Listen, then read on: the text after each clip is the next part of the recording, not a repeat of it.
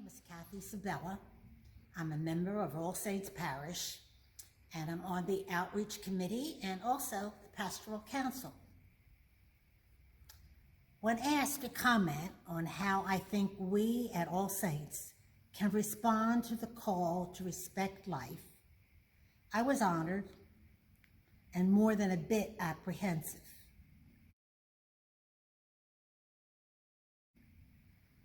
I went to the Gospels to get some direction and to dig a little deeper into the words of the Master Teacher. What did Jesus have to say about respecting life? I landed on a parable that shook up Jesus' audience. Today, we are Jesus' audience, and maybe we need a little shake-up.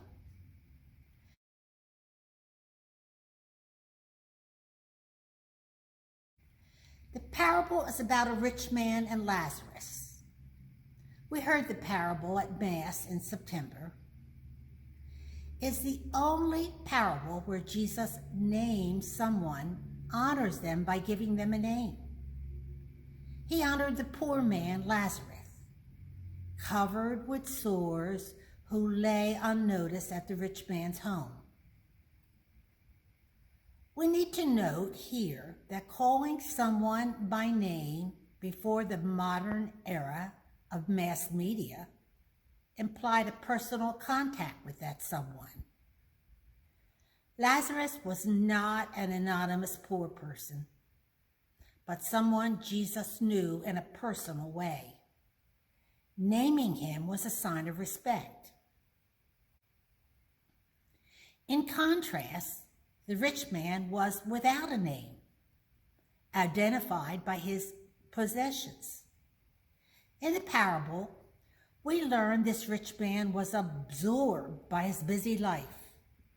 Routines and responsibilities crowded his days and prevented him from noticing the suffering of the man who lay at his gate. Lazarus, whose name means God will help, was surrounded by dogs. He was not clean, and his body was covered with open wounds. Lazarus' daily existence was full of misery, the stark opposite of the life of the rich man and his inner circle. Now, this rich man did not in any deliberate way cause the sufferings of Lazarus. The parable makes no mention of the rich man insulting or adding to Lazarus' misery. The rich man may even have made contributions to the fund for the poor and widows at the temple to take care of the homeless. Yet in the parable, the rich man is judged harshly and condemned to eternal suffering. Why? Because the rich man did not notice the suffering man who was at his gate. The poor man was outside of the rich man's inner circle of family and friends. The rich man rushed past Lazarus, and he failed to break out of his self-absorption and his comfortable life to respect the life of this less fortunate and suffering man.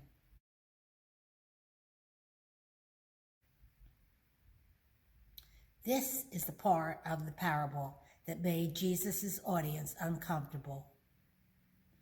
And if we reflect on what Jesus is trying to teach us, it might make us uncomfortable too.